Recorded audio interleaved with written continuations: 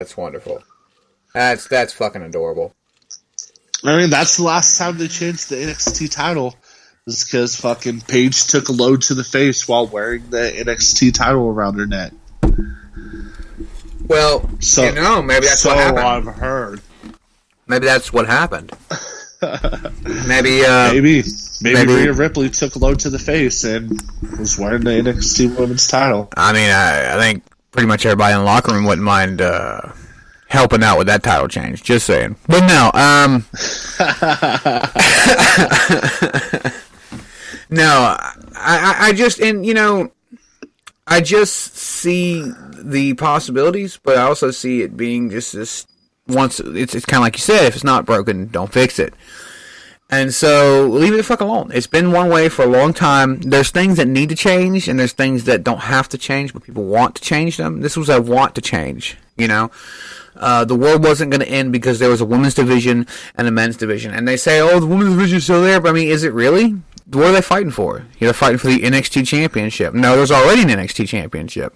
So now there's 2 NXT Championships. Is it really not that rare or, fucking, what's the word? Like glorious? Or does it not have such a lineage that it should be mocked, and there should be a second NXT Championship? And then, I don't know. It sounds like I'm trying to put down this whole thing. Like I have some issue with women fighting for a championship that has the same fucking name as another championship, and it's not just about that. It's about what's behind it, about what was the motivation to change it. And in my opinion, the motivation to change it was all stupid. Like in full honesty. I agree. It was just stupid. Just like Sean, just stupid. You stupid idiot. You stupid idiot! Hey! You just made the list. Speaking of Chris Jericho, man, I gotta throw it out there. What they did on the Rockin' Ranger at Sea was probably the most respectful, badass, goosebump having moment that I've had in wrestling in a long time.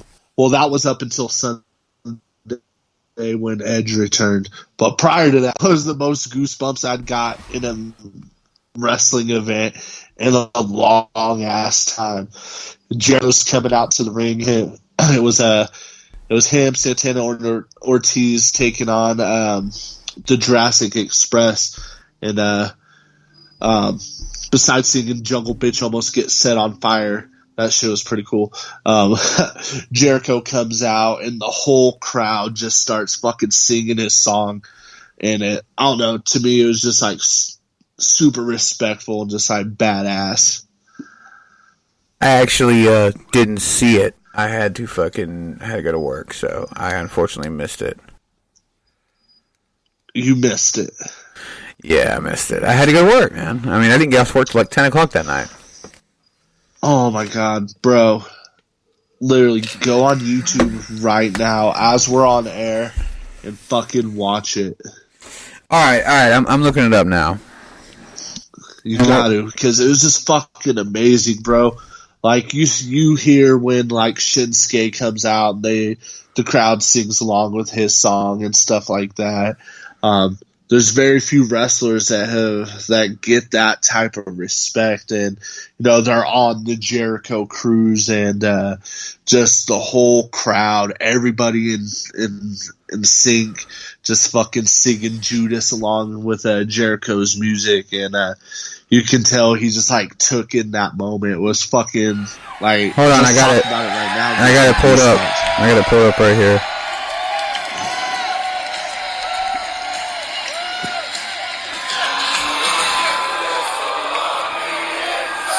Wow, it's like all in unison.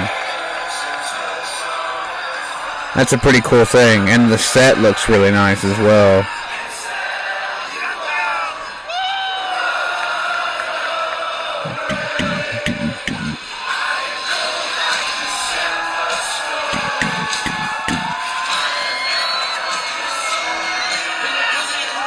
Yeah, and Jericho's coming out. Fucking goosebumps again, bro. That was some cool stuff. I gotta say that was some cool shit. It's very, very interesting how he has taken to the fans so much right now. And like, even as a heel, he is so fucking over. I mean, he is over. Very, very, very over. But who do you think is going to take the title? Who do you think is going to just snatch that title right off Jericho? I think Mox is the one to do it, bro. Mox has overcome everything Jericho's thrown at him thus far. He turned down the inner circle thing. Got stabbed in the eye by Jericho. He was a Rocky Romero pirate. Yeah, he fucking beat Pac with one eye. I think he's going to be the man to do it, and I honestly wouldn't be disappointed to see him take it off Jericho. It's going to happen here pretty soon. I think Revolution's going to be when he finally drops the title, just because Fozzie's about to go on tour, so I don't see him keeping the strap on him while he's going to be out on tour. Well, that leads us somewhere else. That leads us to Week 16 of the Wednesday Night War. This week, AEW topped WWE NXT once again. Wednesday's special taped edition of Dynamite on TNT, filmed on AEW World Champion Chris Jericho's cruise, drew 871,000 viewers, topping the 769,000 viewers that NXT drew on the USA Network by 13%, according to Showbuzz Daily. AEW ranked number 8 in the cable top 150, while NXT ranked number 35. AEW ranked number 40 in viewership, while NXT ranked number 42 in viewership. Last week's Dynamite episode drew 940,000 viewers and ranked number 5 in the cable top 150 and number 29 in viewership. To the show, so the show was down 7%, NXT was up 10%, as last week's episode drew 700,000. And AEW topped NXT by 46% in the 18 to 49 demographic, as it garnered a .35 rating, while NXT drew a .24 rating in the same demo this week. Last week's AEW show drew a .38 rating, while the NXT episode drew a .21 in that demographic. So overall, it did drop some viewers, but it was still W, so that's all that matters. Fuck you, NXT. Because that show was fucking great, man. We saw Kenny Omega and Hangman win the AEW Tag Team Championships. It beat SCU. Hangman still being like real squirmish and shit. I'm waiting for. He's gonna turn heel soon. He's got to turn heel. I'm just like I'm on edge every week. Like, is this going to be the week that he does it? Like, I am too. When I see it going on, I'm on edge as well. I'm like, is it? This is it. He's got to do it this week. And I mean, every time that I've seen it, like, he has so many chances to do so, but he just doesn't. And I'm just like, God damn, just fucking do it. And since we're talking about NXT, or not NXT, AEW from this past week, if you can, try to pull up Britt Baker's promo from Dynamite this week. It had to be the worst promo I have ever fucking heard in my life, bro. Like, I thought she was hanging out with Jeff Hardy backstage or something. Like, she had to be like fucked up on her dental Novocaine or something, because this was like the absolute worst promo I've ever fucking heard. Well, I'm gonna look it up on YouTube real quick. Hold on. Was it on the ship? And I heard, yeah, it was on the ship. She was talking to Tony Schiavone after the match, and it's like they end up cutting her off during the promo. JR's like, okay, we've heard enough of this. So like, I don't know if she went off script or if she was just fucking like beyond drunk or what the hell was up with her. And I mean, I've heard Roman Reigns drop a suffering succotash on live TV. We heard Kalisto in his fucking lucha thing. And this tops both of them, man. Like, this was just like a fucking shit show of a promo. Hold on, I think I found it. Yeah. So I'm playing on my phone, guys, just because I'm not I'm not looking up on the computer, but I'll play it right here, and I'm sure you guys will be able to hear the audio, so let's check this out. Congratulations, Britt Baker, on another win here in AEW. I do want to say you were very aggressive. The ending of that match may have been questionable. Many of us out there thought that could have been that way, but congratulations on your win. Tony, you're better than that. Don't question my character. We all love you here. This is AEW. You're here. You're a big star. We're so proud of you. This is your meal ticket because we all know before this you were at Starbucks. Oh, shit. Yeah. And you even see Tony Schiavone like lip, what the fuck? Guys.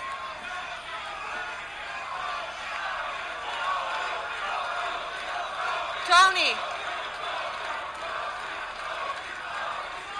And we are so proud to have you here because before this you were just working as a shitty barista. Wow. But you're here. Everybody, Tony.